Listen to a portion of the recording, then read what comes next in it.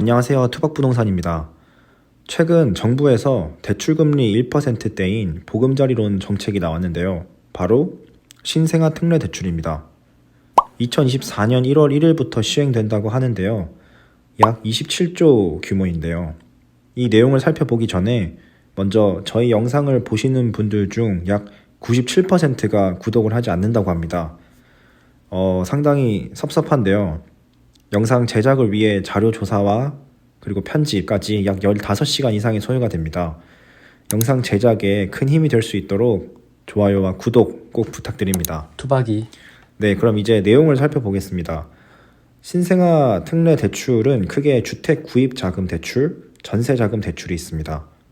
구입 자금 대출은 소득이 가계소득 1억 3천만 원 이하, 그리고 주택 가액이 9억 이하라면 대출 한도 5억 원 내에서 최대 1.6%에서 3.3%까지 금리로 대출을 해준다고 합니다. 사실 1.6%면 올해 사실상 둔촌 주공 살리기를 위해서 나왔던 특례 보금자리론보다 훨씬 낮은 금리인데요. 특례 보금자리론은 물론 한도액은 약 40조, 3%대 금리였지만 훨씬 낮은 금리라 매력도가 훨씬 더 많이 있을 것 같습니다. 국토부의 공식적인 입장의 취지는 저출산과 신생아를 위한 가정의 거주의 안정화, 하지만 혜택을 받을 수 있는 가계가 신생아라는 한계가 있고 금리를 1%를 맞추기 위해 정부의 세금이 사용되기 때문에 다양한 국민들의 의견이 분분합니다.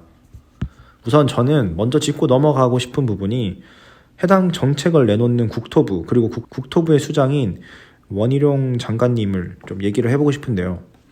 장관님께서는 예전에 집값이 앞으로 더 하락할 것이다 라고 공식적으로 표현을 했습니다. 그리고 정부는 어떠한 정책도 집값 요인에 개입이 없도록 하겠다 라고 표명을 했습니다.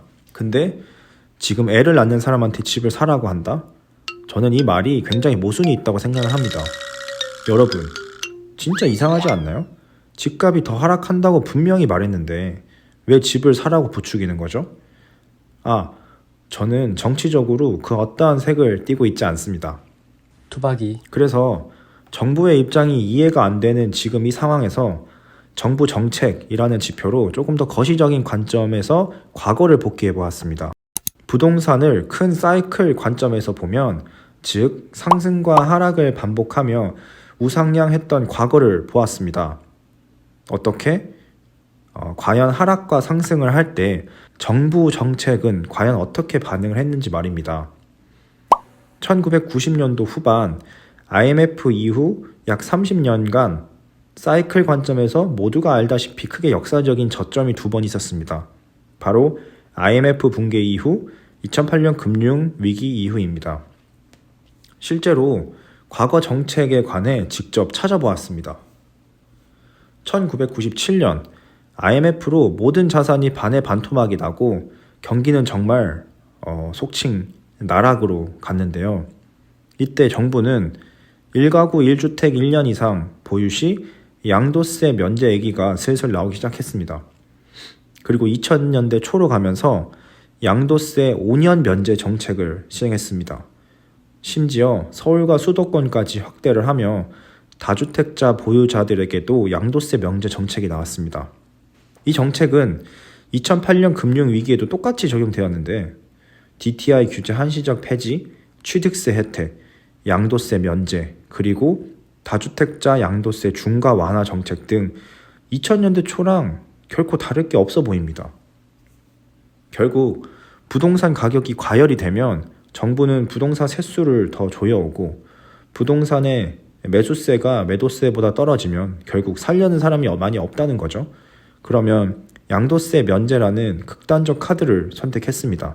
역사적으로 단 2사례이긴 하지만 결론적으로 양도세 면제 혹은 다주택자들에게도 어떤 세제 혜택이 나온다는 것은 역사상 부동산 저점의 부근이었습니다. 어떤 투자를 할 때 참고 지표를 100% 맹신해서는 안 되지만 부동산이라는 30년이 긴 사이클에서 2번의 하락장 그리고 2번의 일치를 보면 정확도는 꽤나 유효한 지표라고 생각을 합니다.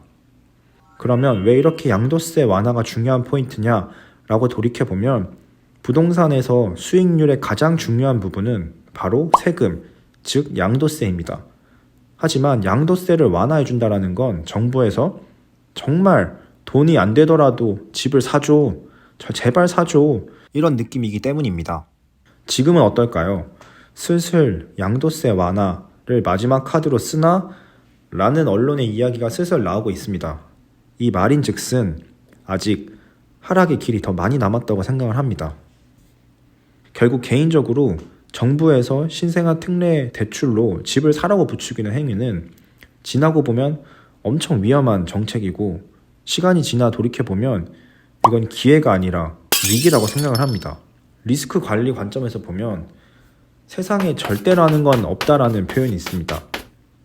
이런 양도세 정책이 나온다고 해서 바로 저점이고 바로 반등한다라는 보장은 없습니다. 가령 일본처럼 저점을 찍었다고 생각했으나 10년 동안 회복을 못할 수도 있다고 생각을 합니다. 왜냐하면 부동산 가격을 짓는 요소는 정말 수많은 요소에 의해 결정된다고 생각을 합니다. 그 시기에 특정 지역의 수요와 공급, 그리고 국제적 경제 상황, 기타 등등이 있습니다. 그렇기 때문에 결론적으로 저는 이 신생아 특례 보금자리론으로 아파트를 매수를 하는 것은 굉장히 심도 있게 고민을 해야 한다고 결론을 지을 것 같습니다. 차라리 신생아 특례 대출로 저렴한 이자로 전세를 사는 게 어떨까 생각을 합니다. 세상에 그런 말이 있죠. 실거주 한 채는 괜찮아. 하지만 왜 꼭 실거주 한 채가 필요할까요?